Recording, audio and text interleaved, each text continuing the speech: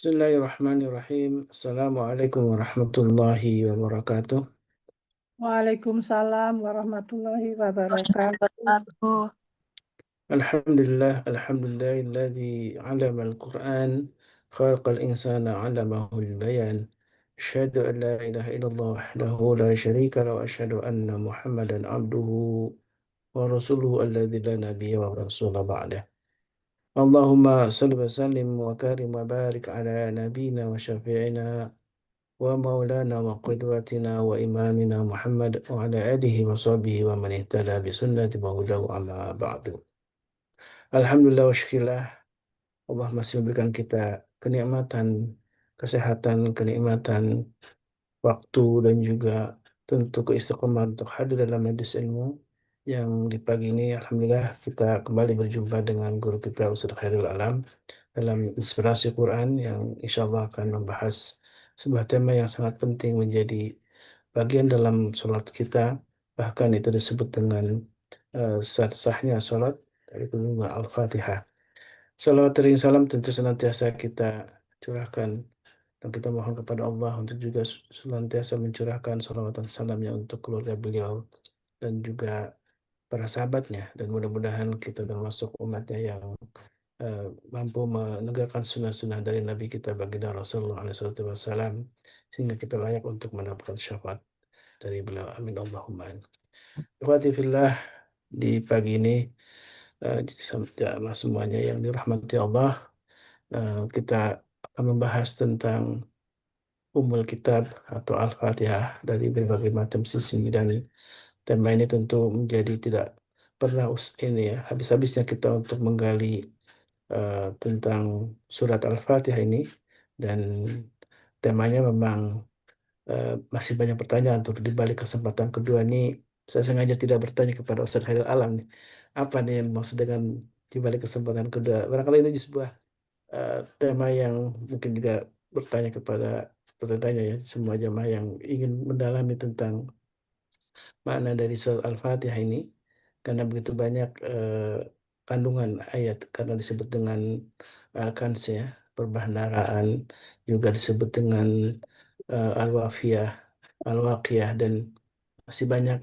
nama-nama yang disematkan kepada Ummul Kitab ini yaitu surat Al-Fatihah, dan insya Allah akan dibahas menjadi bagian penting untuk kita sama-sama memahami surat yang wajib kita baca dalam sholat kita, karena tidak sah sholat kita ketika rukun utama yaitu membaca Al-Fatihah tidak dilakukan. Baik, Alhamdulillah Ustaz Khairul Anam sudah bersama kita, dan sebelum masuk kajian tentu eh, kita diingatkan mari sama-sama menjadikan pagi yang penuh berkah ini dengan keberkahan harta kita untuk sama-sama bersedekah pagi menjadi bagian yang mudah-mudahan ketika istiqamah Allah Subhanahu wa taala jadikan kita termasuk orang-orang yang dalam sabda Nabi yang mulai termasuk orang yang akan dicintai Allah Subhanahu wa taala itu karena mengamalkan satu amal yang istiqamah, wa in qalla, walaupun sedikit, kata Rasulullah SAW. Dan insya Allah juga dalam kegiatan MKI, insya Allah di pekan depan, di Sabtu pekan depan ada juga kegiatan-kegiatan gratis ya. Nah, silakan untuk mendukung kegiatan ini bersama-sama untuk menghadirkan amal-amal terbaik kita, dan salah satunya dalam kegiatan MKI Alhamdulillah di tanggal 13 September ya, di hari Sabtu depan kita akan eh, melakukan sebuah kegiatan rutin kita setiap bulan, yaitu kegiatan gratis yang mudah-mudahan amal soleh ini menjadi bagian yang juga melengkapi amal-amal kita, memperberat timbangan amal kita di akhirat kelak. Silakan juga diinformasikan barangkali ada tetangga yang membutuhkan khitan gratis, atau mungkin juga saudara-saudaranya. Ini ada kesempatan amal soleh dari Majelis Keluarga Indonesia, dan silakan jamaah yang ingin berpartisipasi ya untuk menghubungi admin. Ada Bunda Darmi yang biasa mengkoordinasi kegiatan khitan gratis ini. Dan insya Allah juga ada eh, kegiatan lain yang mudah-mudahan Allah Subhanahu wa taala ridho dengan kita. Kegiatan yang salah satunya upaya kita untuk sama-sama jadikan kita termasuk orang yang eh, soleh-solehat itu ya. Baik, Alhamdulillah, Ustaz Khairul Alam sama kita. Assalamualaikum Ustaz. Sehat walafiat. Waalaikumsalam warahmatullahi wabarakatuh. Alhamdulillah. Kita mendalami lagi sebenarnya. Pernah diangkat juga sebenarnya tentang surat Al-Fatihah ini, Ya, bahas dalam beberapa kajian dengan Ustaz Khairul Anam, tapi memang tidak pernah tuntas sebenarnya ya. Selalu banyak hal kandungan-kandungan yang mendalam yang bisa kita ungkap dari surat Al-Fatihah ini. ya. Baik, Ustaz, tafadhol masykurah. Silakan. Ya, Assalamualaikum warahmatullahi wabarakatuh. Waalaikumsalam. Waalaikumsalam warahmatullahi wabarakatuh. A'udzu billahi minasyaitonir rajim. Bismillahirrahmanirrahim. Alhamdulillah rabbil alamin. La ilaha illallah wahdahu la syarika lah. Lahul mulku wa lahul hamdu. Yuhyi wa yumitu wa huwa ala kulli syai'in qadir. Allahumma salli ala Muhammad wa ala ali Muhammad. Rabbana zalamna anfusana wa illam taghfir lana wa tarhamna lanakunanna minal khasirin. Rabbi shrah li sadri wa yassir li amri wa hlul 'uqdatam min lisani yafqahu qawli. Amin amin ya rabbal alamin. Alhamdulillah kita bisa bersilaturahmi kembali dan kita akan mengkaji satu surat yang eh, kita baca setiap rokaat sholat kita. Karena tanpa membaca surat ini maka eh, tidak sah sholatnya karena tidak membaca surat Al-Fatihah. Nah, Mas Walis tadi sudah menyampaikan, kita sudah mengkaji surat Al-Fatihah gitu ya. Tapi ketika kita merenung kembali, kemudian kita memikirkan dan mengkaji surat Al-Fatihah ini gitu ya, ternyata maknanya itu tidak pernah sampai finish selesai kita memahaminya. Karena kandungannya walaupun ayatnya pendek, hanya terdiri dari 7 ayat, tapi maknanya ini luar biasa. Bahkan dikatakan bahwa summary-nya Quran ini ada di dalam surat Al-Fatihah. Ya, nah coba kita akan mengkaji mulai dari ayat pertama ya. Mudah-mudahan bisa selesai. Tapi kalau nggak selesai juga nggak apa-apa. Kita akan lanjutkan di waktu yang lain kalau seperti itu. Oke, kita mulai ya dari ayat pertama. Surat Al-Fatihah ini dimulai dengan Bismillahirrahmanirrahim. Artinya apa Bapak Ibu sekalian? Bismillahirrahmanirrahim. Menyerahkan segalanya kepada Allah. Nama Ya. Allah yang Maha Pengasih dan Penyayang. Oke, jadi jadi dengan nama Allah yang Maha Pengasih dan Maha Penyayang. Bismillahirrahmanirrahim. Nah, berarti kan kita memulai sesuatu itu dengan Bismillahirrahmanirrahim. Kalau kita potong, ya, dengan nama Allah yang Maha Pengasih dan Penyayang. Kalau dalam kita melihatnya dalam sebuah kalimat, ini kalimat komplit atau incomplete sebenarnya? Komplit. Ya, ini belum selesai. Kalimatnya belum selesai. Bismillahirrahmanirrahim dengan nama Allah yang Maha Pengasih dan Maha Penyayang. Nah, actionnya kalimat ini harus disambung dengan sesuatu yang kita lakukan sebenarnya. Ya. Jadi supaya komplit maka Bismillah itu kalau dibalik ya itu harus dilakukan juga. Membaca Bismillahirrahmanirrahim ketika kita melakukan sesuatu. Nah sekarang ini pertanyaannya, kita cek dalam realitas kehidupan kita. Kita sering nggak sebenarnya memulai sesuatu itu dengan nama kita sendiri? Dengan rencana kita, dengan ambisi kita, dengan target kita. Seolah hidup ini sepenuhnya kita bisa kendalikan.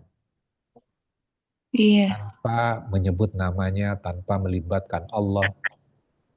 Makanya akhirnya kita nggak merasa heran. Di ujung semuanya, akhirnya kita merasa hampa dan merasa berat dalam kehidupan. Betul nggak?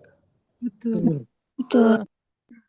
Nah, kita cek dalam kehidupan kita. Seringkali kita memulai sesuatu itu dengan nama Allah atau dengan nama kita sebenarnya. Nama Allah harusnya. Ya, harusnya kan dengan nama Allah. Tapi apa yang terjadi? Seringkali adalah kita melakukan sesuatu tidak melibatkan Allah sama sekali. Iya. Lupa, Pak Ustadz. Padahal jelas-jelas di dalam surat Al-Fatihah kita diminta untuk mengatakan Bismillahirrahmanirrahim. Diawali dengan nama Allah yang Maha Pengasih dan Maha Penyayang.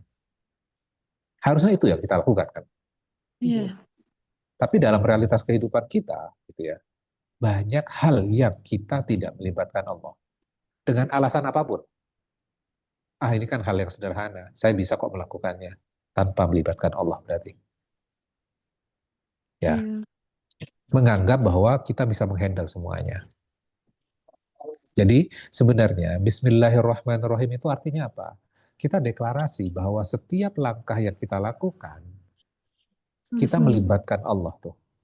sama Allah. Karena saat kita mengucapkan Bismillahirrahmanirrahim, saat itu kita memulai dengan nama Allah dan kita sadar kita itu adalah bukan pemilik kekuatan. Kita butuh Allah tuh. Jadi kita cuma makhluk yang sebenarnya diberikan kesempatan untuk melangkah dalam kehidupan ini. Ya. Makanya pentingnya kita membaca Bismillahirrahmanirrahim dengan nama Allah yang Maha Pengasih dan Penyayang. Maha Penyayang.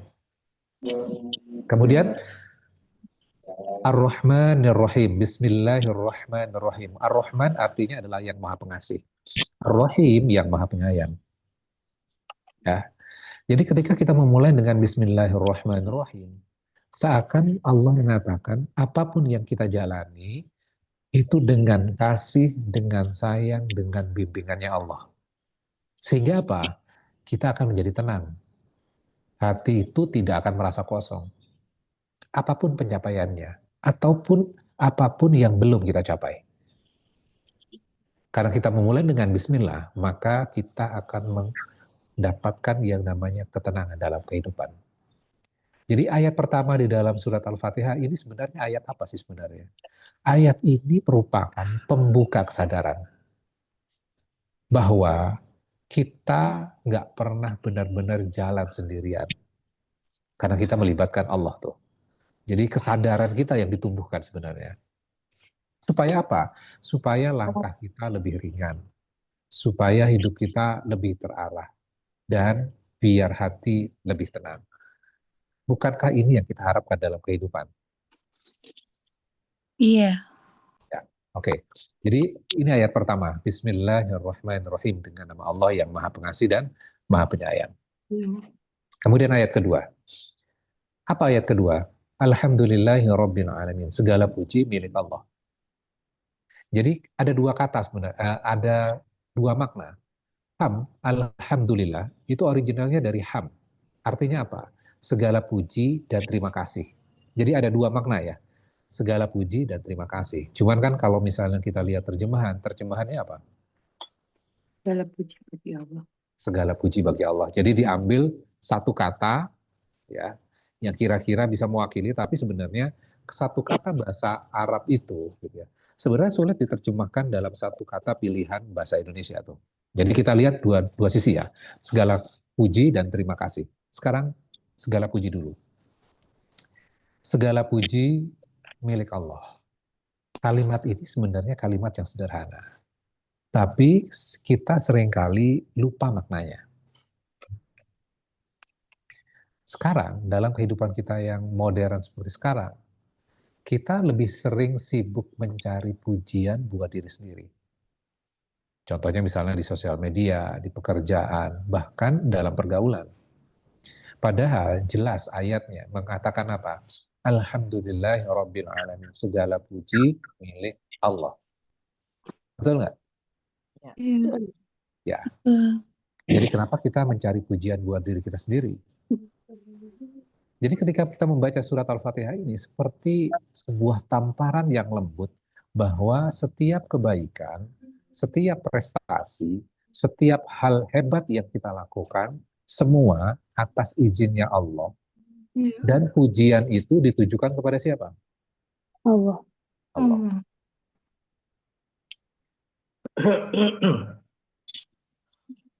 Pertanyaannya adalah kenapa kita sibuk mencari pujian buat diri kita sendiri padahal kita sudah tahu tuh alhamdulillahirabbil alamin, segala puji untuk Allah. Akhirnya apa yang terjadi pada kehidupan kita? Kita akan merasakan kecewa Iya. ketika kita misalnya upload di sosial media. Terus nungguin like-nya, nungguin komen, nungguin sanjungan orang. Akhirnya kita merasa, loh kok nggak ada yang like ya? Kok nggak ada yang muji ya? Dan akhirnya kita nggak bahagia. Sayang banget. Karena kita mencari pujian buat diri kita sendiri. Jadi sebenarnya kalau orang faham Alhamdulillahirabbil alamin ini, orang muji atau tidak, ya, kita disanjung atau diremehkan, kita tetap punya pegangan. Apa itu? Bahwa yang paling penting sebenarnya adalah bukan tepuk tangan ramainya manusia buat kita, tapi senyuman Allah pada kita. Dengan apa? Dengan kita memuji Allah. Ya. Nah, pertanyaannya buat diri kita sekarang adalah, apakah aktivitas kita ditujukan untuk mencari pujian buat dari diri sendiri, atau sibuk mencari ridhonya Allah dengan melakukan atau mengucapkan Alhamdulillah? Ya. Cari ridho Allah. Jadi, mindset yang ada pada diri kita ketika mengucapkan Alhamdulillah, kita menumbuhkan kesadaran bahwa pujian itu segalanya ditujukan kepada Allah. Apapun yang kita peroleh, apapun prestasi kita. Ya. Sakit hatinya kita, kecewanya kita karena kita mengharapkan pujian. Itu haknya Allah. Ya. Makanya ketika kita mendapatkan nikmat gitu ya, kita mengucapkan apa? Alhamdulillah. Nah, ini makna yang kedua sekarang. Terima kasih. Ketika kita mendapatkan sesuatu, kita biasanya mengucapkan Alhamdulillah sebagai bentuk rasa syukur kita. Iya. Nah, sekarang gini, kita dalam hidup sering ngeluh nggak sebenarnya? Sering. Iya. Nah, padahal hidup kita sebenarnya apa? Ya baik-baik saja. Makanan ada, gadget ada, tempat tinggal Ada. ada. Tapi kita sering merasa kurang. Iya. Pertanyaannya kenapa sih? Iya. Ya, kenapa kita kok merasa kurang?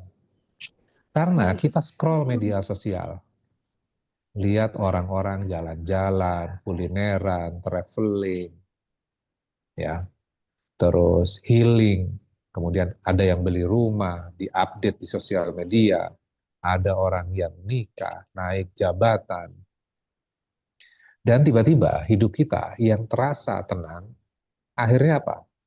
Kelihatan nggak cukup. Kenapa? Karena kita melihat sosial media, karena kita melihat orang lain. Padahal faktanya kita nggak sedang kekurangan kok sebenarnya. Wong tadinya sebelum buka sosmed kita baik-baik saja, betul nggak? Iya.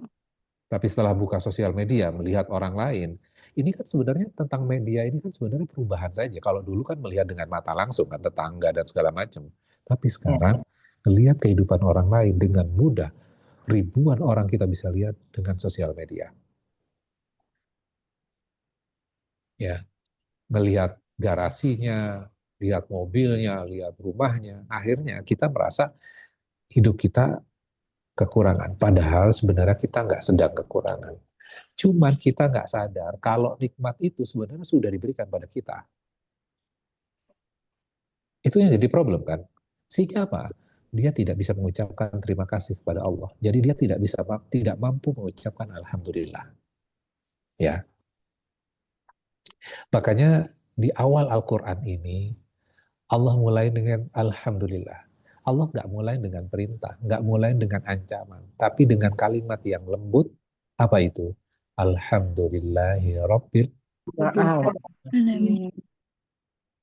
Karena hidup yang tenang dan bahagia itu bukan soal kondisi kita sudah punya apa, tapi soal hati yang tahu cara bersyukur. Makanya diawali surat Al-Fatihah ini dengan Alhamdulillah. Jadi kalau Bapak Ibu sekalian ngerasa bahwa hidupnya berat, tapi hati yang belum bisa mengucapkan Alhamdulillah, maka saatnya kita berhenti sejenak, kemudian mengucapkan Alhamdulillah, bukan cuma dengan zikir di lisan saja, tapi Alhamdulillah itu merupakan sebuah rasa. Rasa apa? Rasa cukup, rasa lega, rasa percaya kalau Allah memberikan kepada kita, takarannya sudah pas semuanya. Jadi, kalau kita mampu mengucapkan Alhamdulillah dengan tulus, Artinya itu merupakan tanda orang itu sudah menemukan kebahagiaan. Bukan karena semuanya sempurna. Bukan karena semuanya terpenuhi dengan kehidupan yang mewah. Tapi karena dia tahu Allah selalu mencukupi kehidupan dia. Ya, Alhamdulillah.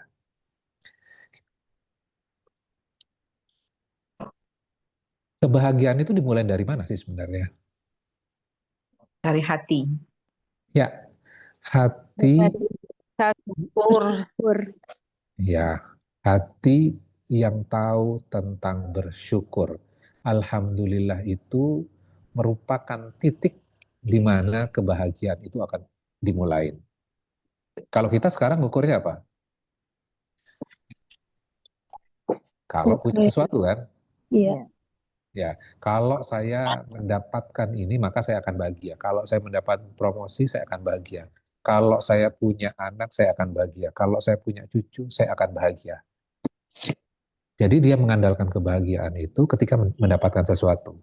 Formulasinya bukan seperti itu. Formulasinya dimulai dengan rasa syukur terlebih dahulu. Alhamdulillah. Makanya surat Al-Fatihah itu awal-awalnya diawali dengan rasa syukur dulu. Bukan perintah, bukan ancaman. Ya, oke. Ayat ketiga sekarang. Ar-Rahman, Ar-Rahim. Ar-Rahman, Ar-Rahim. Yang maha pengasih dan maha penyayang. Ayat ini mengulang nggak sih sebenarnya? Iya. Ya, tadi disebutkan di ayat pertama kan? Bismillahirrahmanirrahim.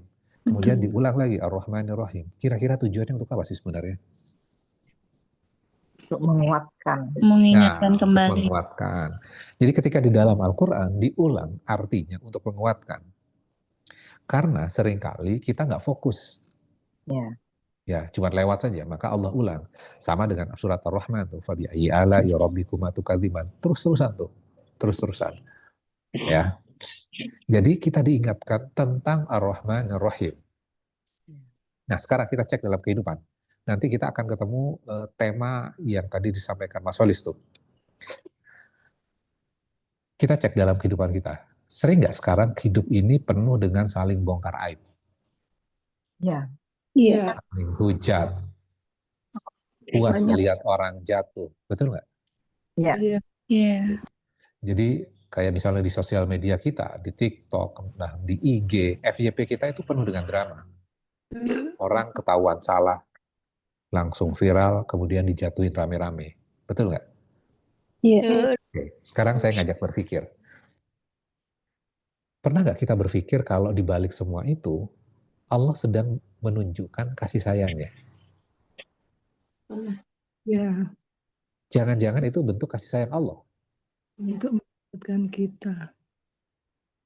Ya, oke. Ar-Rahman, Ar-Rahim. Dua sifat Allah tuh. Yang maha pengasih dan maha penyayang. Sifat kasih sayang Allah yang maha pengasih, maha penyayang, apakah berhenti soal rezeki saja? Tidak. Apakah soal kesehatan saja? Tidak. Atau hanya kaitannya dengan dikabulkannya doa kita saja? Tidak. Tidak. Kasih sayang Allah kadang hadir dalam bentuk yang kita nggak duga. Contohnya apa? Kesempatan kedua. Kita sudah berbuat salah, kita sudah berbuat dosa, tapi Allah masih tutup aib kita. Apakah itu rahmatnya Allah? Ya, rahmat. Iya. Iya, rahmatnya Allah. Kalau rahmatnya Allah, kira-kira ada tujuan nggak? Iya. Berarti tujuannya untuk apa? Ketika sudah berbuat salah, aibnya ditutup, tujuannya untuk apa? Memperbaiki diri. Memperbaiki, supaya tobat kan? Ya. Oke, sekarang kita melangkah lebih jauh. Kalau orang itu aibnya ditutup, kemudian dia terus melakukan kemaksiatan dan dosa, masih ditutup lagi aibnya. Kemudian masih melakukan kemaksiatan lagi. Bisa terjadi nggak? Bisa. Bisa. Orangnya itu nggak sadar-sadar, masih terus melakukan kesalahan yang sama. Lalu suatu hari Allah buka aibnya, sehingga orang lain semua pada tahu.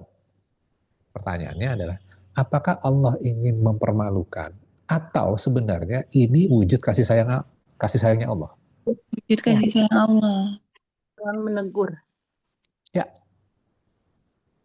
Kayak jadi sebenarnya ini juga kita bisa lihat dari kacamata ini sifat kasih sayangnya Allah yang maha kasih dan maha sayang pada kita. Jadi sebenarnya Allah itu ingin menyelamatkan kita. Membuka aib itu sebenarnya adalah kayak wake up call buat kita. Ya. Membangunkan kita. Agar apa? Agar orang itu berhenti, agar kita berhenti, agar kita malu. Tujuannya apa? Kembali kepada Allah. Jadi ternyata kita bisa melihat bahwa aib itu dibukakan, kemudian membuat kita dilihat oleh banyak orang, fokusnya pada diri kita.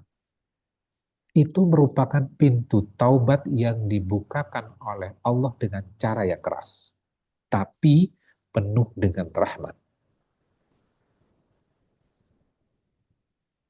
Betul nggak? Ya. Lalu kita aja punya aib banyak, tapi ditutupin. Masalahnya adalah orang yang sudah ditutupin ngerasa bahwa, oh saya kalau gitu dirahmati Allah dong. Udah korupsi nih, 1M.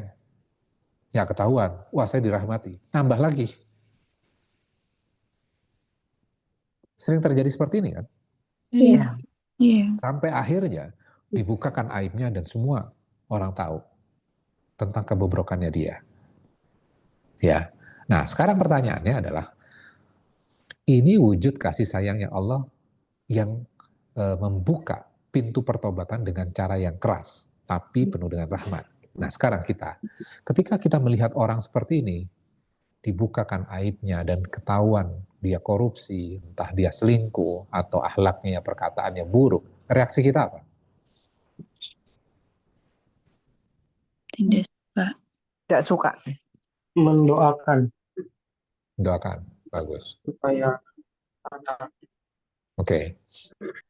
Tapi sebagian besar kita melihat hal itu senang banget dan puas banget. Menghujat. Ya, menghujat. Senang dia dihukum. Bahkan dijarah kan? Iya. Padahal sebenarnya Allah membuka aib itu karena sayang. Tapi kita justru membenci. Betul nggak? Iya. Nah, Allah pengen menyadarkan kok. Itu bentuk kasih sayangnya. Kalau orang itu akhirnya sadar, itu kan bukankah itu rahmatnya Allah, betul nggak? Ya. Lah, Allah sedang berkasih sayang, tapi kita timbul kebencian. Orang tadi sudah bertobat tuh, kembali kepada Allah. Kita menjauh nggak berarti? Ya. Jauh. Menjauh. Jadi ketika dibukakan aib itu, sekarang kita bisa melihat dari sisi yang berbeda. Oh ternyata ini wujud kasih sayangnya Allah. Berarti Ar-Rahman Ar-Rahim itu dahsyat gak sih sebenarnya? Iya. Dahsyat, Masya Allah. Ngabdas. Jadi kita melihat segala sesuatu itu sekarang dengan kacamata Quran. Ternyata ini bisa jadi sifat kasih sayangnya Allah. Cuman kita secara manusiawi itu kan timbul kebencian kan? Ya. Iya. Orang seperti itu nggak mungkin lah bertaubat. Nggak mungkin lah dia sebagai ahli surga. Dia ahli nar. Dia ahli neraka. Kan gitu kan? Iya. Bapak Ibu sekalian, berhenti jadi malaikat gadungan. Itu haknya Allah. Udah, kita lakukan tugas kita sebagai manusia. Berhenti jadi malaikat gadungan, menilai orang ini layaknya di surga, layaknya di neraka, gitu ya. Semua Allah ingin menunjukkan kepada semua makhluk Ar-Rahman, sifat kasih sayangnya Allah. Maha penyayangnya Allah. Terus kita kan pikir gini ya, lah kan kita yang sholat, dia nggak sholat, kok dia mendapatkan Ar-Rahman ya Allah? Kan kadang-kadang seperti itu ya pertanyaannya. Iya. Manusia sedang berdosa itu makhluknya Allah nggak sih? Iya. Iya. Makhluk Allah. Sama-sama makhluk Allah. Ya sama kalau Bapak Ibu sekalian sebagai orang tua punya anak 5, satunya bandel. Kira-kira treatmentnya agak berbeda nggak dengan anak yang bandel ini biasanya? Beda. Beda. Supaya apa sebenarnya? Supaya dia sadar kan? Iya. Iya. Bukannya supaya dia makin menjauh kan? Iya. Ya. Tapi sebagai anaknya kadang-kadang, kok perlakuannya kayak gitu banget sih sama anak ini. Akhirnya anak yang satu ngiri dengan yang lain kan. Iya. Nah, Allah itu adalah Tuhannya seluruh manusia. Ya, wajar nggak Allah berkasih sayang? Wajar. Penyayang kepada mereka tuh, Wajar. Ar-Rahmannya. Ya. Oke. Jadi kalau kita baca tafsir klasik Ar-Rahman itu ditujukan kepada seluruh makhluk, Ar-Rahim ditujukan kepada orang-orang yang beriman saja dan beramal soleh ya. Oke, sampai ayat 3 ada pertanyaan. Saya selesaikan sampai ayat keempat ya sekalian ya. Oke, setelah kita tahu bahwa sifat kasih sayangnya Allah itu Ar-Rahman, Ar-Rahim, kemudian Allah masuk dan dikunci dengan sebuah ayat yang sangat penting. Apa itu? Malik Yaumiddin. Dia pemilik hari pembalasan. Jadi jangan kira Allah itu bakal sabar terus. Kalau rahmatnya Allah nggak juga bikin kita sadar, yang datang berikutnya bisa jadi hukuman yang sangat keras. Setelah Allah sebut dirinya yang maha pengasih, yang maha penyayang, Allah langsung tegaskan dengan hal yang penting, Maliki Yaumiddin, pemilik hari pembalasan. Artinya apa? Iya, Allah itu adalah Ar-Rahman. Iya, Allah itu sabar dan penuh ampunan. Dan kasih sayangnya luas sekali. Tapi kalau kita terus-terusan cuek, keras kepala, dan gak mau sadar juga, akan ada saatnya rahmat itu berubah menjadi hukuman dan hisab. Jadi Allah itu bukan cuma Tuhan yang sayang, tapi juga Tuhan yang adil. Dia memberikan kepada kita kesempatan pertama, kedua, ketiga, ditutup aib, diberikan peringatan, ditarik pelan-pelan lewat ujian. Tapi kalau masih nggak tobat juga, maka tunggulah Yaumiddin, hari di mana semua akan dibalas. Jadi pelajarannya buat kita apa? Jangan cuma ambil sisi lembutnya Allah. Jangan cuma bilang Allah kan maha penyayang. Allah berkasih sayang pada kita. Tapi lupa Allah juga punya pemilik hari pembalasan. Makanya saat kita membaca dua ayat yang berurutan ini, Ar-Rahman, Ar-Rahim, kemudian Malik Yaumiddin, ini bukan sekedar dua ayat, tapi dua sisi dari cinta dan keadilannya Allah. Sayang, tapi tegas. Penuh rahmat, tapi juga penuh perhitungan. Ar-Rahman, Ar-Rahim, Maliki Yaumiddin.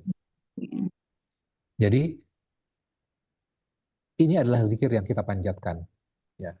Dan kita bisa merenung kembali ketika kita membaca surat Al-Fatihah kita, gitu ya. Ternyata begitu dalam kandungan dari surat Al-Fatihah ini untuk kita renungkan, ya. Makanya kadang-kadang kalau sholat sendirian kan orang lama ya, padahal bacanya surat Al-Fatihah saja, gitu ya. Tapi ada orang yang sholatnya cepat sekali, gitu ya, Al-Fatihahnya, tanpa merenungkan, memaknai setiap ayat yang dibacakan. Ya, cuman ketika jadi imam gitu ya, nggak usah merenung terlalu lama ya. Takutnya apa? Pegel. Sama makmumnya dikira lupa gitu ya. Jadi bisa dilakukan ketika Jadi sholat sendirian. kemana-mana Ustadz jadinya. Ya.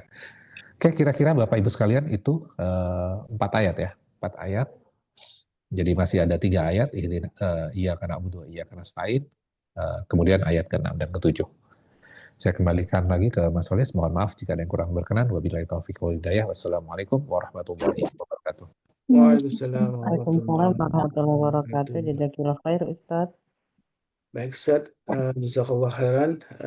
Kita sudah menyimak tadi ya sebagian dari surat dari Al-Fatihah yang dari pertama, dan nanti ada sisanya yang insya Allah akan kita bahas lagi didalami dari surat Iyyaka na'budu wa iyyaka nasta'in. Eh, Tema tentang ada kesempatan di balik kesempatan kedua tadi akhirnya terjawab ya.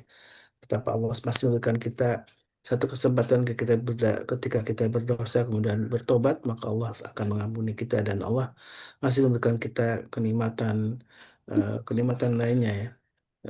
Iman dan Islam menjadi kenikmatan utama yang alhamdulillah sampai saat ini kita rasakan. Silakan jamaah, masih ada waktu kita untuk berbagi rahmat ya, saling mungkin sharing atau bertanya karena ini berkaitan dengan surat yang wajib kita baca ya setiap kali kita sholat, bahkan di luar sholat pun surat ini menjadi andalan kita ketika kita ingin mendapatkan petunjuk dari Allah Subhanahu wa taala. Silakan Bu Ya, Nadia. Assalamualaikum. Waalaikumsalam. Waalaikumsalam warahmatullahi wabarakatuh. Izin bertanya Pak Ustadz, kan Bismillah itu setiap perbuatan kita harus dimulai dengan Bismillah. Alhamdulillah pun mungkin dalam setiap keadaan ya berzikir gitu. Nah, apakah boleh tidak diucapkan dengan lisan, namun hanya di dalam kolbu aja gitu, berzikir dalam hati, Bismillahnya dalam hati gitu. Apakah boleh begitu, Ustadz? Oke, pertanyaannya boleh nggak dilakukan tidak dengan lisan tapi dengan hati. Dua-duanya sebenarnya zikir. Latihan kita kan sebenarnya zikir dengan lisan supaya apa? Supaya masuk ke dalam hati. Ya, cuma seringkali kan zikir kita berhentinya sampai di mana? Di lisan, tapi tidak masuk ke hati. Ya, jadi memang latihan kita itu sebenarnya menumbuhkan kesadaran kan sebenarnya. Ya, menumbuhkan kesadaran. Cuman seringkali kan kita itu akhirnya menjadikan segala sesuatu itu ritual, betul nggak? Iya. Ya, misalnya yasinan, jadi ritual nggak? Iya. Jadi Iya. ritual. Kemudian tahlilan, jadi ritual nggak? Jadi ritual. Iya. Kenapa menjadi ritual? Karena tidak memahami apa yang diucapkan. Ya, akhirnya apa? Percaya bahwa itu adalah seperti mantra. Ya, contohnya misalnya gini ya, ayat kursi. Ya, ayat kursi. Itu kan sebenarnya ayat yang luar biasa. Satu ayat isinya panjang, gitu ya. Itu zikir yang luar biasa sebenarnya kalau kita membaca ayat kursi. Cuman yang terjadi apa? Kita percaya kalau baca ayat kursi, setannya jadi terbakar. Betul nggak? Setannya jadi terbakar. Padahal sebenarnya konsepnya apa sih sebenarnya? Emang bisa terbakar seperti itu gitu ya? Kalau kita cek, nggak ada tuh referensinya. Dan kalau perhatikan sendiri isi surat, isi ayat kursi, itu nggak membahas sama sekali setan yang terbakar. Nggak ada tuh. Hanya berisi tentang apa? Hanya berisi tentang Allah. Pertanyaannya adalah, setan yang terbakar atau ketika kita membaca ayat kursi dengan kefahaman yang masuk ke dalam kolbu, ketika kita membacanya dengan kesadaran itu, kesadaran kita terhadap Allah jadi tinggi, Allah bersama kita, sehingga apa? Setannya jadi nggak relevan. Kira-kira yang mana? Setan yang terbakar atau diri kita yang kuat bersama Allah? Kuat bersama Allah. Pertanyaan berikutnya adalah, karena ayat kursinya, sehingga setan tidak mendekat kepada kita, atau karena Allah melindungi kita sehingga setan tidak mendekat pada diri kita? Allah melindungi kita sehingga setan tidak mendekati kita. Harusnya kan seperti itu. Tapi apa yang terjadi? Ayat kursinya jadi mantra.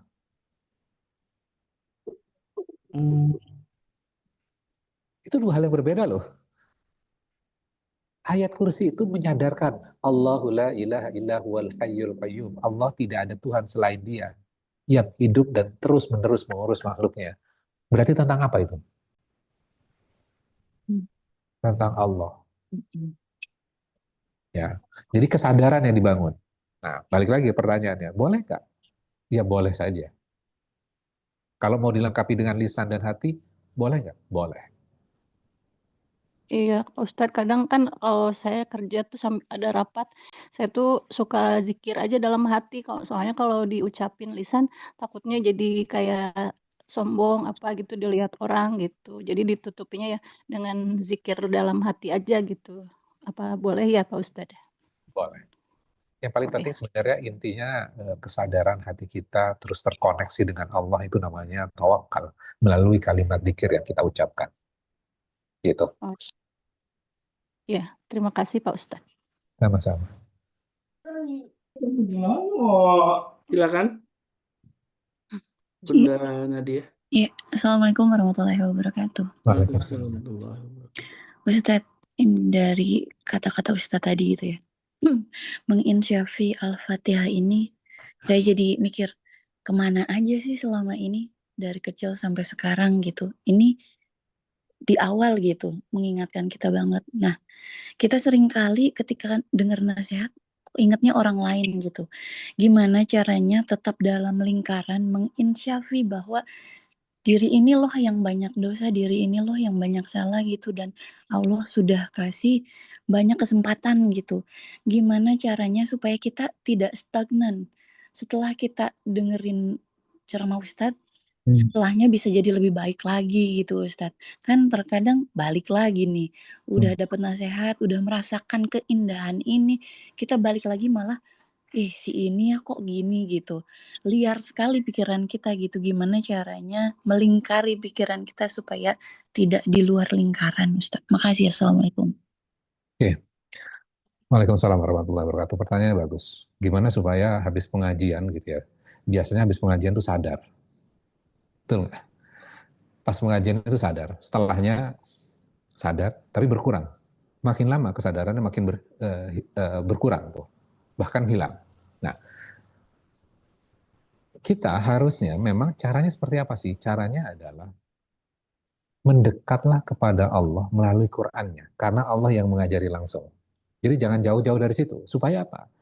Ketika misalnya kita merasa sesuatu yang, wah saya lebih dan segala macamnya, lupa gitu ya. Kemudian kita baca wailul likulli humazatil lumazah. Celakalah orang-orang yang suka mencela. Ya. Nah, ayat itu memberikan gambaran kepada kita apa? Orang yang mencela orang lain, yang menghina orang lain, biasanya merasa apa? Merasa lebih baik. Merasa dia lebih baik dibandingkan orang lain, betul sekali. Kemudian ketika kita membaca wailul likulli humazatil lumazah, Allah yang mengatakan celaka orang pencela dan yang menghina itu. Kita merasa lebih baik dibandingkan orang lain. Terus baca surat itu, kita dicela oleh Allah. Kamu merasa lebih baik dibandingkan orang lain. Allah cela, kamu celaka. Jadi caranya seperti apa? Caranya adalah baca terus Al-Qur'annya. Dedikasikan waktu khusus untuk mengaji Quran. Yang saya maksudkan mengaji itu bukan hanya sekedar membaca ya, Bapak Ibu sekalian. Ya, kita kan seringkali kan ngejar hatam. Iya, bagus. Tapi nggak komplit rasanya kalau hanya sekedar hatam tapi nggak paham. Jadi ngajinya juga dengan makna, dengan perenungan. Sehingga apa? Ketika kita menemukannya sendiri, biasanya itu akan lebih dalam. Kalau yang saya sajikan ini kan, Bapak Ibu sekalian bisa relate, iya. Ya. Tapi Bapak Ibu sekalian juga harus menemukan sendiri. Misalnya habis ngaji nih, buka lagi, baca lagi, renungkan lagi, oh kehidupan saya gini, oh kenapa saya kok hidupnya berat, kok hidupnya kosong, oh ternyata saya tidak memulai dengan bismillah. Kemudian akhirnya kan sadar kan, ya Allah saya salah. Itu sebenarnya tujuannya itu.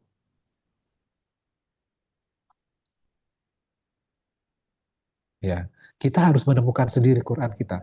Jadi nggak cukup hanya dengerin pengajian, nggak cukup hanya datang ke pengajian saja, hanya dengerin Ustadz nggak cukup. Kita harus merasakan sendiri Qurannya. Rugi loh. Kalau ini saya berkata dengan Bapak Ibu sekalian, alhamdulillah Bapak Ibu sekalian mendapatkan benefit. Tapi jangan lupa, Quran itu langsung dari Allah kepada kita. Jadi jangan hilangkan itu. Karena itu sebenarnya poinnya. Kita itu yang ngajarin, itu cuma perantara saja buat Bapak Ibu sekalian. Jadi Buya Hamka pernah menulis dalam kitabnya, dalam tafsir Al-Azhar itu mengatakan seperti ini. Tugas Ustadz dan Kiai adalah mengantarkan santri dan murid-muridnya kepada Al-Quran dan As-Sunnah. Jadi supaya tetap menempel, buka Qurannya. Kira-kira itu. Jazakallahu Ustaz. Ya. Jadi harus semakin akrab dengan Al-Quran Ustaz ya. Jadi bagian dari, misalnya katakanlah gaya hidup, bukan hanya soal kewajiban kita untuk membaca Quran atau melafalkan zikir tadi ya. Karena zikir memang antara lisan dan hati ini memang harus tadi ada satu kesatuan Ustaz ya. Tidak boleh kemudian lisan saja atau hati saja gitu ya. Bagusnya memang satu kesatuan yang memang menjadi bagian untuk memperteguh keimanan kita. Silakan dengan Bu siapa ini yang tadi resen berbagi ilmu sehat, siapa nih Bu? Maaf Ustadz, terima kasih. Dengan Ida lupa diganti. Iya, silakan Bu Ida. Terima kasih. Assalamualaikum warahmatullahi wabarakatuh. Waalaikumsalam. Maaf, kaitan dengan berzikir, salah satunya kan mengucapkan astagfirullahaladzim gitu ya. Nah, nanti pada saat kadang-kadang kita suka lupa atau untuk kekesalan gitu, melihat sesuatu tiba-tiba astagfirullahaladzim gitu sampai rasanya. Nah, itu kekesalan itu jadi salah nggak sih mengucapkan itu dengan rasa kesal, misalnya ini nakal banget sih gitu misalnya. Astagfirullahaladzim, ini nakal banget sih, atau apapun gitu yang diucapkan dengan rasa yang sampai terlihat itu gitu loh. Itu ada kesalahan nggak Ustadz? Makasih. Oke. Ini menarik ya. Astagfirullahaladzim gitu ya, terhadap orang lain sebenarnya. Bukan terhadap diri kita. Perhatikan contohnya tadi yang dikasih contoh ya, astagfirullahaladzim. Artinya apa sih sebenarnya? Sebenarnya mau kita minta ampun untuk diri kita. Ya, saya meminta ampun, memohon ampun kepada Allah kan, astagfirullahaladzim tuh, yang maha azim, yang maha tinggi, yang maha agung gitu ya. Jadi sebenarnya kalimat itu dikirnya buat orang lain atau buat diri kita sebenarnya? Diri kita. Diri kita. Cuman memang realitasnya seringkali astagfirullahaladzim itu ditujukan kepada orang lain, mas. Kepada anak yang nakal, astagfirullahaladzim gitu ya. Artinya sebenarnya kalimat itu baik, cuman kita di otak kita itu berpikirnya adalah untuk orang itu. Tapi kan, oh mungkin karena saya ya, anak itu jadinya seperti itu. Jadi kan itu evaluasi buat diri sebenarnya. Ya, cuman penggunaannya akhirnya berbeda ya. Penggunaannya berbeda. Jadi mewujudkan rasa kekesalan kita. Nah, kemudian pertanyaan yang pertama tuh yang ada kalimat yang menarik kalau buat saya. Jadi ketika misalnya kita melakukan sesuatu gitu ya, kemudian akhirnya kelepasan. Dan akhirnya kita, ya Allah, saya salah. Ya. Nah, apakah di dalam cerita tadi atau kisah tadi atau realitas yang kita alami itu ada wujud kasih sayang Allah nggak sih sebenarnya? Ketika kita melakukan sesuatu, betul.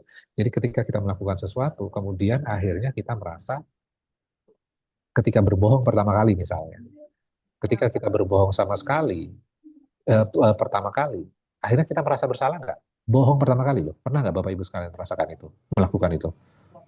Nah. Bohong nih, pertama kali.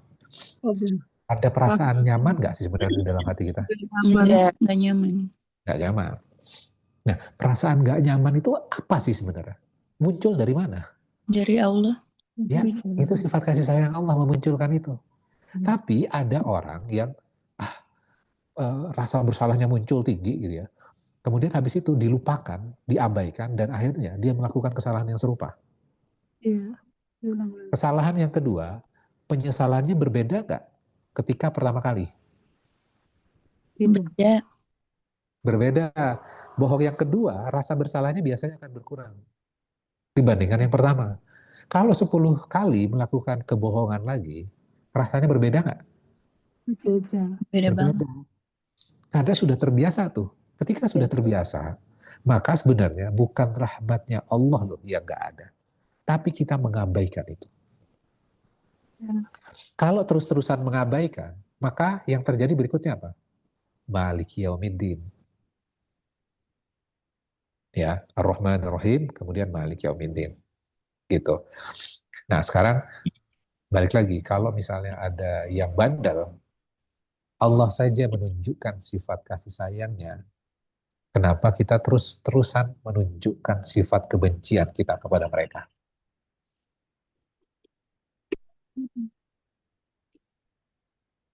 Ya. Jadi mukanya orang Islam itu membencinya itu dengan rahmat ya. Supaya dia kembali lagi. Ya. Kira-kira itu jawabannya, Bu. Mudah-mudahan bisa menjawab ya.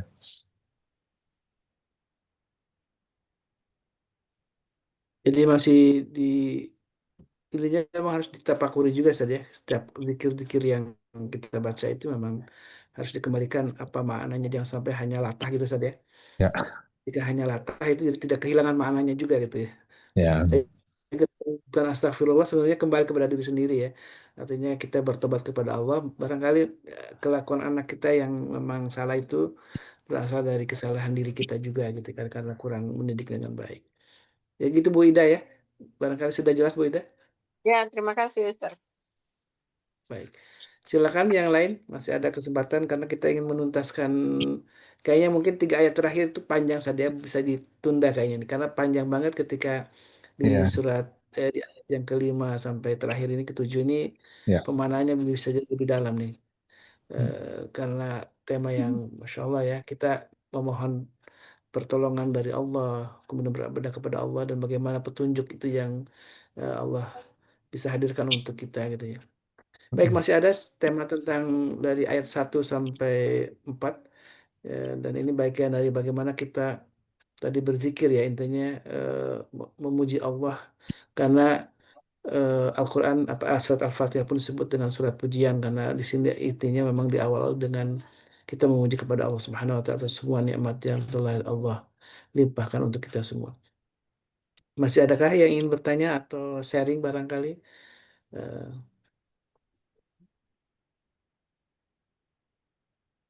Dan ini saya menemukan sebuah hadis ini saya tentang hendaklah lisan kita ini berzikir ya. Bahasa dengan zikir berarti memang ada keutamaan juga kita ketika zikir kita itu dilafalkan oleh lisan saja. Ya. Karena membaca itu kan ada lisannya ya. Membaca misalkan ketika dalam hadis Nabi orang yang membaca Al-Quran itu satu huruf satu pahala gitu ya. Dan itu tentu dibaca itu atau dilafalkan ya, bukan dalam hati gitu ya. Walaupun dalam hati tidak ada larangan, apalagi mungkin motifnya tadi seperti yang ditanyakan oleh Bu Yunita ya, karena ingin terhindar dari ria atau mungkin takut mengganggu orang lain gitu ya. Silakan Bu Reni, ini udah ada resen. Ya, terima kasih. Pertanyaan saya gini, kita kan dalam segala apapun harus melibatkan Allah. Paling tidak dengan melakukan kegiatan dengan membaca Bismillah, entah makan, minum, mau keluar rumah, berangkat atau semuanya lah ya aktivitas. Nah, terkadang gini Ustadz, kita tuh suka lupa di tengah jalan baru, oh iya ya saya belum berdoa atau belum bilang lagi makan, belum baca Bismillah gitu, udah setengah atau bagaimana gitu. Terus gimana ya solusinya supaya itu yang sudah kelewat itu sebenarnya saya kita tuh niatnya pengen melibatkan Allah gitu semuanya, semua aktivitas kita. Tapi udah kelewat gitu. Gimana ya, Ustaz? Makasih. Pertanyaannya bagus. Kalau lupa gimana? Ini. Allah tahu nggak sih sebenarnya kalau kita itu suka berbuat salah? Tahu. Ya, Tahu. karena yang membuat Allah kan. Allah tahu nggak sebenarnya manusia itu juga suka berdosa, melakukan perbuatan. Tahu. Allah tahu nggak Nabi Adam itu akan melakukan pelanggaran? Tahu. Tahu. Kalau Allah tahu, ya, yang paling penting sebenarnya buat Allah itu apa? Maka kita sebenarnya bisa ngambil pelajaran di dalam surat Al-Baqarah tuh ayat 30 sampai 38 tuh. Ada 3 makhluk tuh.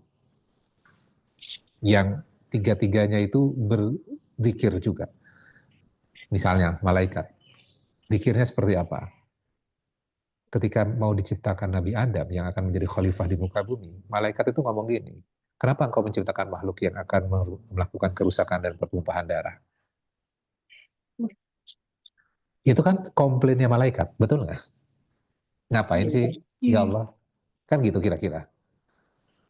Terus habis itu, diciptakan Adam, kemudian diajari nama-nama benda, kemudian ditantang malaikat, ayo, kalau kamu lebih tahu dibandingkan aku, sebutkan nama-nama itu. Bisa nggak malaikat menyebutkan? Tidak bisa. Tidak bisa menyebutkan. Terus akhirnya malaikat mengatakan apa? Subhanak, maha suci kau ya Allah. Allah. Artinya apa sih subhanak itu? Maha suci engkau. Suci Allah. Artinya, maknanya adalah maha suci itu tidak berpikir yang negatif tentang Allah. Betul nggak? Iya. Iya. Atau tidak berpikir yang negatif terhadap keputusan yang Allah buat. Betul? Iya.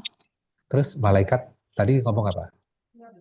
Kenapa engkau menciptakan makhluk yang akan membuat kerusakan dan pertumpahan darah? Berarti dia berpikir yang buruk nggak tentang keputusan yang Allah akan buat? Iya. Iya. Ya, Iya. oke. Zikirnya sudah zikir di awal atau sebenarnya zikir di pertengahan? Pertengahan ya, setelah melakukan. Dia mungkin Nah, kalau kita bisa analogikan, sudah berzikirnya mungkin dengan lisan. Bukankah kami sudah bertasbih dan memuji nama, bukan gitu kan? Malaikat ngomong gitu kan? Iya. Oh iya iya.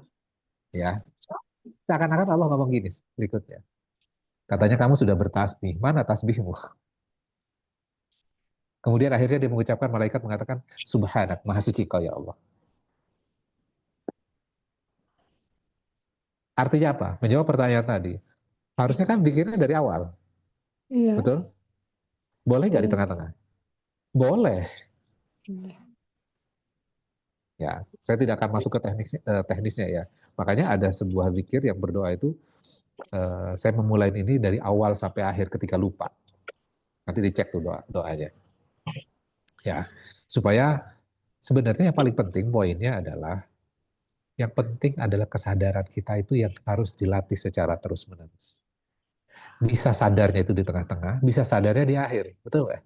Iya. Aduh lupa ngomong bismillah. Gak apa-apa. Pas saat ingat itu, bismillahirrahmanirrahim. Astagfirullah, ya Allah ampuni aku. Bukankah yang lebih penting sebenarnya bukan doanya, tapi apa? Kesadaran. Ingatnya. Iya, ingatnya kita kepada Allah. Ya, seringkali yang terjadi apa? Zikirnya dilakukan dengan lisannya, tapi hatinya nggak ngikut. Ya, tadi Mas Solis mengutip hadis, ya zikir itu dengan lisan dengan hati, iya. Ya, tapi nanti ada konteks-konteks tertentu juga gitu. Bisa dilakukan dengan lisan saja, bisa. Ya. Tapi yang paling penting sebenarnya adalah bagaimana menumbuhkan kesadaran kita tuh di dalam hati kita. Nah, cuman kadang-kadang kan kita diajarinnya itu zikirnya kan, ini baca 1000 kali gitu kan. Betul nggak? Ya, betul. Tapi nggak paham apa yang dibacakan. Ya. Kayak subhanallah, walhamdulillah, wala ilaha illallah, wallahu akbar. Itu powerful sekali. Kalau kita paham maknanya. Kemudian kita zikir pagi, zikir petang. Qul huwallahu ahad. Qul a'udzu birabbil falaq. Qul a'udzu birabbin nas. Kita udah belajar ya 2 minggu yang lalu tuh. Itu juga luar biasa. Ya. Itu juga luar biasa. Nah, itu Mas Solis tuh udah nyebutin hadisnya. Bismillahi awwalu wal akhiru. Ya, oke. Kira-kira itu? Mudah-mudahan bisa menjawab ya. Ya. Dia tetap baca bismillah juga ya, walaupun di tengah-tengah saja. Ya, Jadi boleh. kalau diajarkan oleh Rasulullah, kalau dimakan bismillah awaluhu wa akhiruhu ya. Itu bisa dibaca gitu ya. Dan juga ada para ulama yang juga membolehkan ketika lupa membaca hanya bismillahirrahmanirrahim juga bisa dibolehkan. Intinya ingat, karena intinya dari seperti yang disampaikan oleh Ustaz Khairil adalah ingat kepada Allah Subhanahu wa taala. Ini ada pertanyaan dari Pak Dani John ya. Eh, paling bagus pakai zikir apa nih Ustadz nih? Ya mungkin konteksnya kalau di kita kan ada zikir pagi petang gitu Ustadz ya. Atau mungkin ada zikir apa yang paling utama? Katakanlah begitu. Apakah ada yang di istilah paling utama gitu zikir Ustadz? Mm-mm. Lafadznya gitu. Ya, semua zikir itu baik ya, asal hatinya connect dengan Allah. Zikir terbaik itu ada di mana? Zikir terbaik itu ada di sholat. Hmm. Ya, zikir terbaik itu. Akbar. Ya, berarti zikir dalam sholat itu apa aja bacaannya? Bacaannya apa saja? Banyak. Dari takbir. Dari mulai takbir, takbiratul Ya, ihram. Ada ya. Al-Fatihahnya, ada doanya juga, Masya Allah ya. Ada Qurannya juga. Al-Fatihah itu Quran. Ya. Kemudian surat yang kita baca juga Quran. Jadi semua itu zikir terbaik tuh. Jadi kalau Bapak Ibu sekalian hanya repot deh menghafal zikir-zikir yang lain itu gitu ya. Itu bacaan dalam sholat itu banyak sekali zikirnya. Ya. Jadi silakan aja dibaca mana yang terbaik. Yang paling penting sebenarnya adalah koneksi kita terhadap bacaan itu, kemudian koneknya kita, hati kita dengan Allah. Itu sebenarnya tujuannya. Karena kenapa sih Rasulullah sampai mensunahkan banyak doa ya? Ya, doa ke kamar mandi, doa keluar masjid, masuk masjid gitu ya. Terus doa masuk pasar, betul nggak? Doa masuk pasar, kemudian macam-macam doanya tuh. Rasa takut ketika ada rasa takut doanya, ini segala macam. Tujuannya apa sih sebenarnya? Dengan sekian banyak gitu ya, doa-doa yang diajarkan kepada kita. Koneksi, mengingat Ya, Allah di terus koneksi. koneksinya kita kepada Allah, itu yang penting sebenarnya. Ya, kita istighfar saja boleh nggak? Boleh. Kita membaca subhanallah walhamdulillah wala ilaha illallah wallahu akbar. Ya, ini yang direkomendasikan biasanya bacaan ini. Karena sebenarnya sudah komplit tuh. Ada memuji kepada Allah, ada hamnya kepada Allah, kemudian mengakui Allah adalah satu-satunya Tuhan, tidak ada Tuhan selain Allah, ada di semua di sini. Ini adalah kesimpulan kita setelah kita belajar komplit Quran itu kemudian disamarikan dengan di sini. Kayak kita belajar Quran, summary-nya ada di mana? Surat Al-Fatihah. Cuman kadang-kadang kan kita ngelihatnya Al-Fatihah, ya sesederhana itu doang ya. Itu dahsyat loh sebenarnya. Cuman karena kita belum tahu ilmunya, kita melihatnya, oh cuman itu aja. Enggak itu aja. Ya, oke.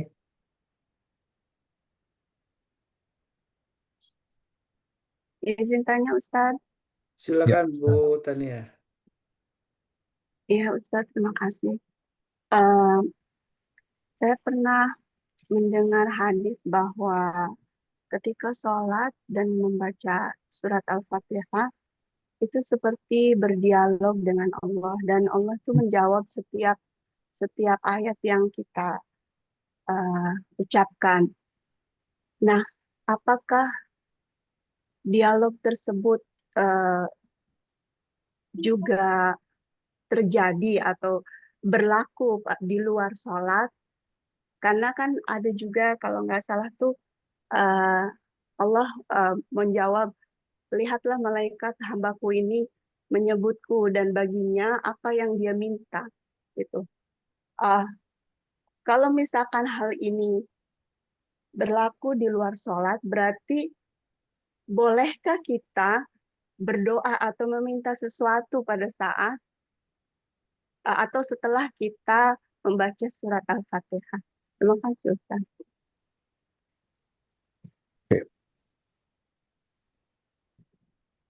Boleh meminta setelah surat Al-Fatihah. Oke, surat Al-Fatihah sendiri sebenarnya sudah ada permintaan di dalamnya. Ya, nah kita cuman belum masuk ke bagian sana ya, belum masuk bagian ke sana. Jadi kalau kita lihat Al-Fatihah tadi benar bahwa ini berisi tentang yang kita pelajari ya, mulai dari Bismillahirrahmanirrahim sampai ayat keempat, itu berisi tentang Allah. Bismillahirrahmanirrahim. Alhamdulillahi rabbil alamin. Ar-Rahmanirrahim. Maliki yaumiddin. 4 ayat ini tentang apa? Tentang Allah. Apa sih? Hanya tentang Allah saja. Jadi ini adalah bentuk dialognya kita gitu ya sebenarnya. Quran itu bentuknya dialognya manusia, makhluknya dengan Tuhannya. Baru setelah kita tahu tentang Allah, maka setelah kita paham tentang Allah, sifat kasih sayangnya, kita mulai segala sesuatu, segala puji dan terima kasih ditujukan kepada Allah. Setelah kita sadar itu semuanya, baru kita berikrar. Iyyaka na'budu wa iyyaka nasta'in. Hanya kepadamu kalau seperti itu ya Allah, aku beribadah. Setelah tahu tentang kau, hanya kepadamu kami beribadah dan hanya kepadamu minta pertolongan. Baru setelah itu, setelah berikan, baru kita meminta kepada Allah. Ya, itu ada doa tuh di bawahnya tuh. Ihdinas siratal mustaqim. Itu doa loh. Itu doa. Jadi kadang-kadang kita gini, Al-Fatihah mana ya bagian doanya? Kan nggak ada permintaan rezeki, betul nggak? Iya. Karena kita berpikir yang paling penting itu adalah rezeki. Yang kita pikir yang paling penting adalah apa misalnya? Kesehatan. Apa yang kita pikir yang penting itu adalah rumah, pekerjaan. Kan itu kan? Iya. Ya. Tapi ternyata di dalam surat Al-Fatihah kita akan belajar yang paling penting adalah petunjuk. Tunjuk jalan yang benar. Oke, kita diberikan rezeki, tapi kalau nggak mendapatkan petunjuk, apa yang terjadi? Rezekinya bisa jadi jalan menjauhkan diri kita kepada Allah. Bukankah seperti itu? Iya. Ya. Nah, makanya waktu itu ada yang nanya ke saya gini, saya jadi malu untuk berdoa, Ustadz. Boleh nggak saya cuma bersyukur saja? Jawabannya boleh nggak sebenarnya? Boleh. Ya Allah, yang sudah Engkau tentukan yang terbaik semuanya. Saya bersyukur terhadap apapun yang Engkau tentukan bagi kehidupan saya. Boleh nggak? Boleh. Jadi syukur itu adalah doa yang paling powerful sebenarnya. Masuk kategori yang paling powerful. Jadi dia nggak ada permintaan. Makanya kalau kita lihat kajian-kajian yang dibuat sama sampai lupa namanya, ahli tafsir yang di Jawa tuh, siapa Solis? Syihab. Ya bukan, sampai lupa namanya. Dia mengatakan ini, saya yang Jawa itu dari Jawa. Yang anggota Kiai Kanjeng. Mbah Mun. Iya. Muridnya Mbah Mun. Bukan. Oh, Jadi lupa. Gus Baha, betul. Oh, Mari. Gus Baha ya. Gus Baha itu mengatakan seperti ini, saya loh gak kakek doa, saya nggak banyak doa, karena saya malu untuk meminta kepada Allah. Kan gitu kan. Jadi saya udah bersyukur saja. Boleh. Boleh nggak kita meminta? Boleh. Yang paling penting sebenarnya ingat kepada Allahnya. Ya, kira-kira itu. Jadi habis surat Al-Fatihah boleh meminta? Boleh. Kalau cukup dengan Al-Fatihah saja, boleh nggak? Boleh juga. Ya. Jadi memang Quran itu akan mengajari kita banyak perspektif ya. Jadi kita nggak akan kaku cuman, harus ini saja. Cuman kadang-kadang kalau kita lagi belajar gitu ya, kita belajar bahwa kita memahami cuma satu sisi saja. Ya, ternyata banyak sisi yang lain juga. Perhatikan nggak doa ada sebuah doa di surat Al-Anbiya 83 tuh. Doa dari Nabi Ayub ketika dia sedang sakit tuh. Coba silakan dibuka tuh. Saya juga buka. Iya. Al-Anbiya. Dia tidak minta kesembuhan, tapi minta apa ya? Iya, betul. Apa yang terbaik dari Allah gitu kalau. Nah, betul. Jadi wa ayyuba idznadza rabbahu anni massani yadur wa anta arhamur rahimin. Dan ingatlah ketika Ayub berdoa kepada Tuhannya.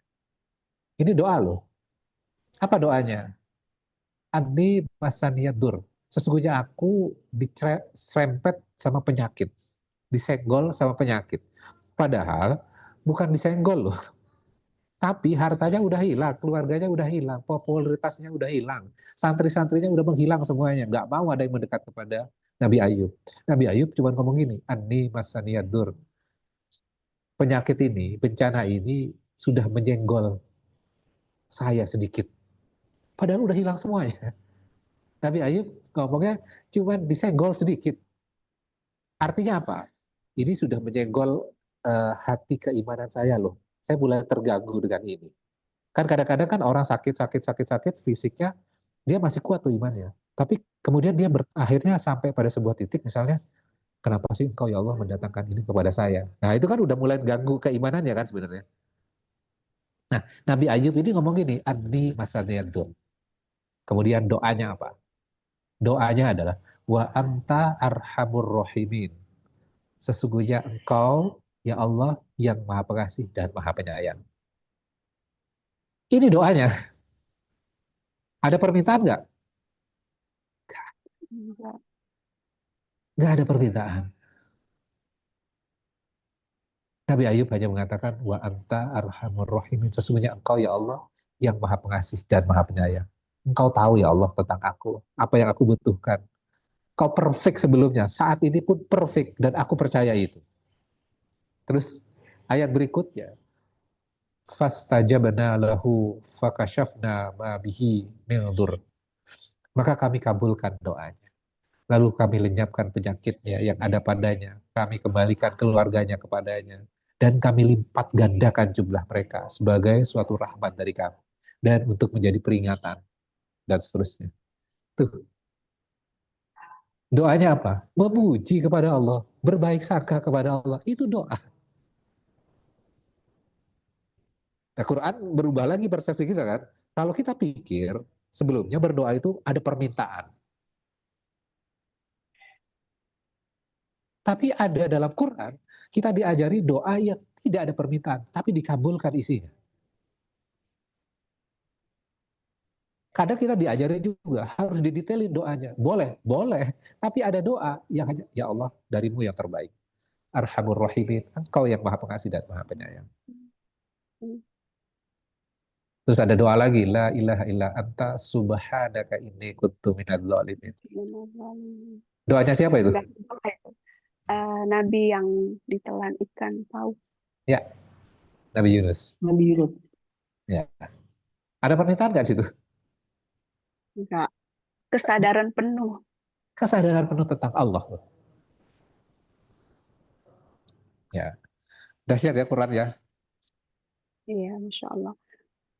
Jadi Tapi untuk sampai ke level ini pun kita tetap butuh ihdina ya, Ustaz. Ya. Butuh bersyukur di saat yang susah itu kita butuh Petunjuk. ihdina juga. Iya, butuh petunjuk. Ya. Oke, kira-kira itu ya, cukup? Baik, Masya Allah.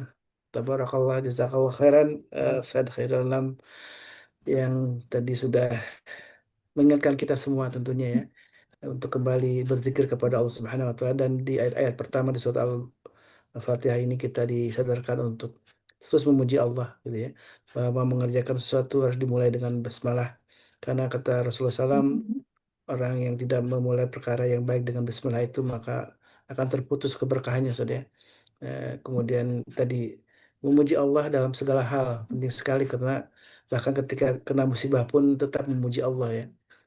Karena Rasulullah SAW pernah mengajarkan Alhamdulillah ala kulli hal, salah satu bacaan yang tetap kita ucapkan memuji Allah walaupun kita terkena musibah. Dan ketika Nabi Ayub tadi ada sebuah inspirasi, walaupun sedang sakit tetap memuji Allah, wa anta arhamur rahimin gitu ya, bahwa engkau lah sebaik-baiknya yang memberi rahmat.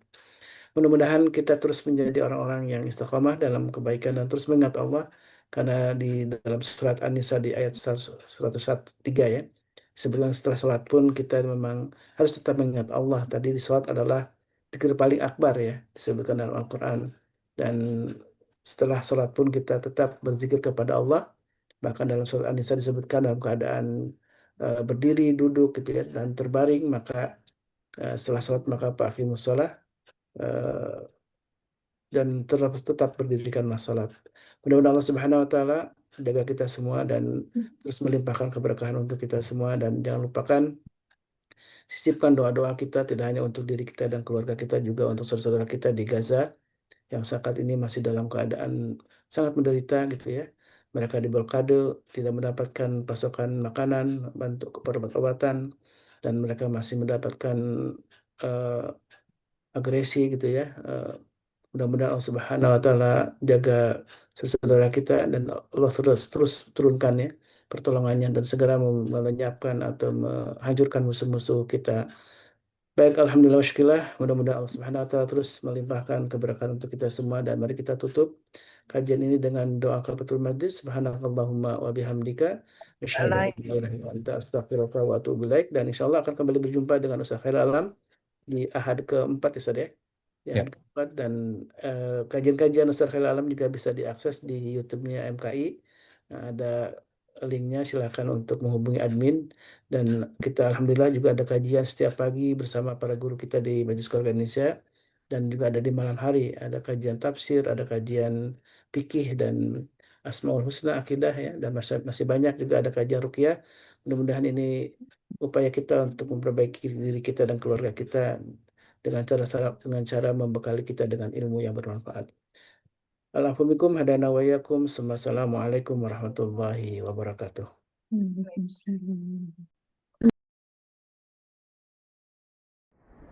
اللهم ارحمنا بالقرآن واجعله لنا إماما ونورا وهدى ورحمة. اللهم ذكرنا منه ما نسينا وعلمنا منه ما جهلنا وارزقنا تلاوته آناء الليل وأطراف النهار واجعله لنا حجة يا رب العالمين.